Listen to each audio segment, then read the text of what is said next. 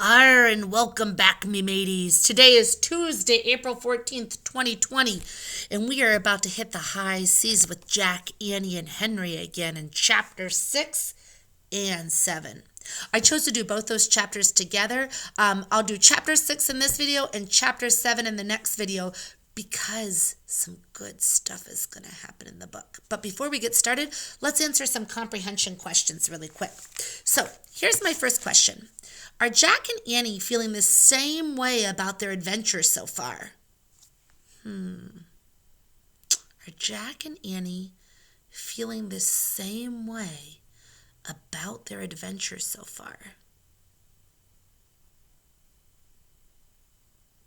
Well, I think in some ways they feel the same, like they're both excited to see creatures. They were both excited to be in the laboratory.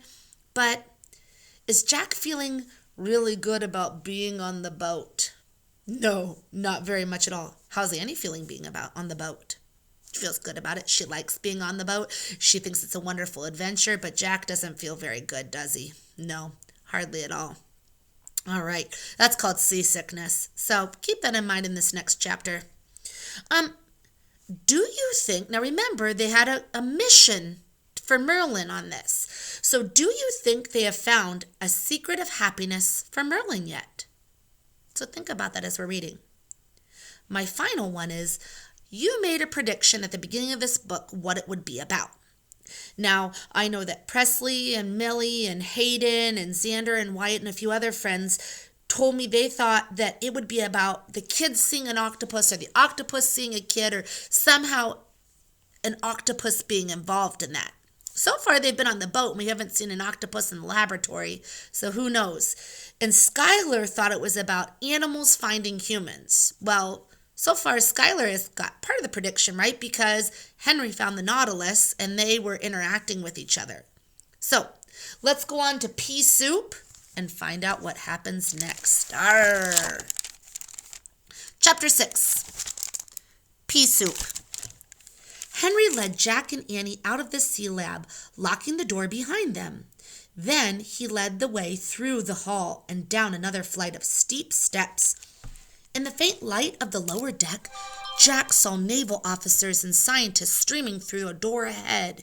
He, Annie, and Henry lined up behind them and filed into the wardroom. Remember, the wardroom is where they're going to eat lunch. Still wearing their bulky life vests, Jack and Annie sat awkwardly along the long bench in front of a table.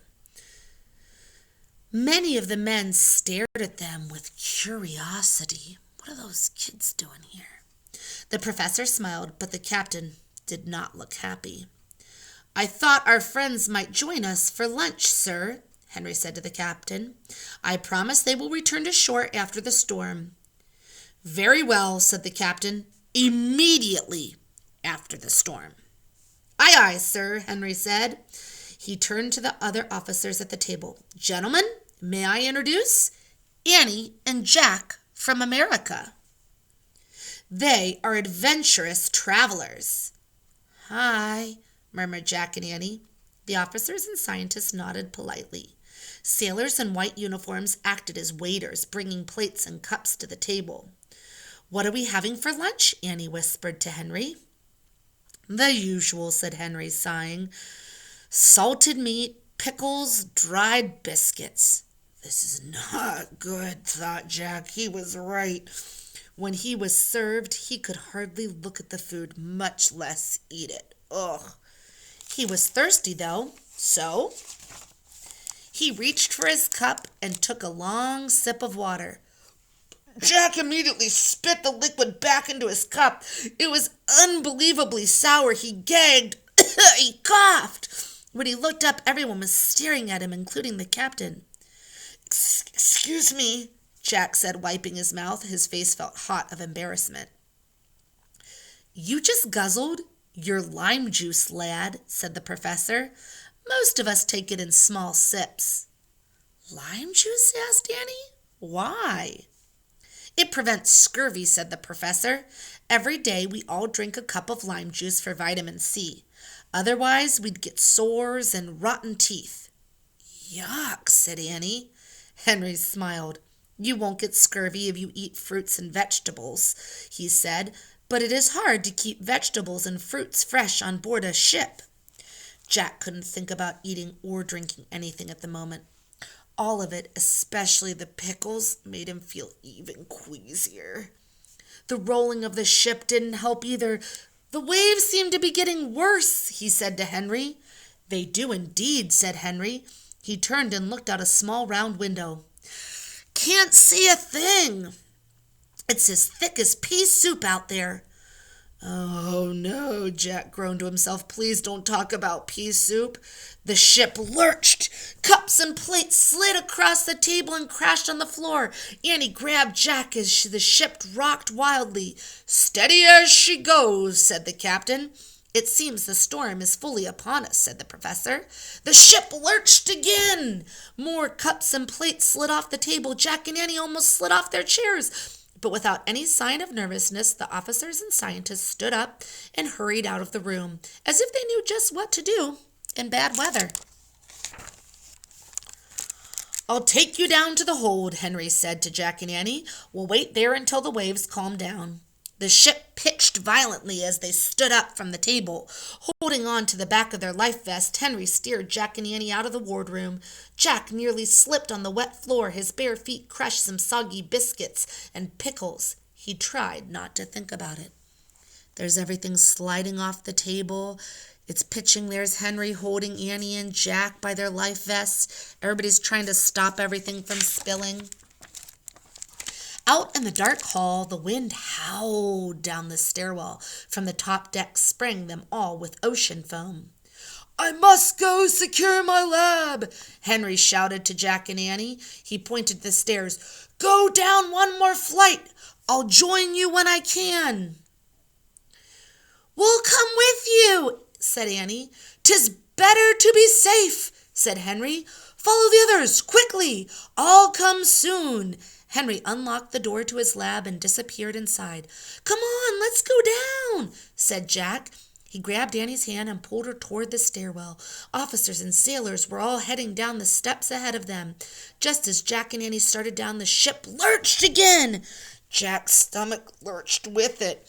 He covered his mouth. I'm definitely going to be sick, he thought. He really did not want to throw up on the stairs or in front of the captain and the others. You go down.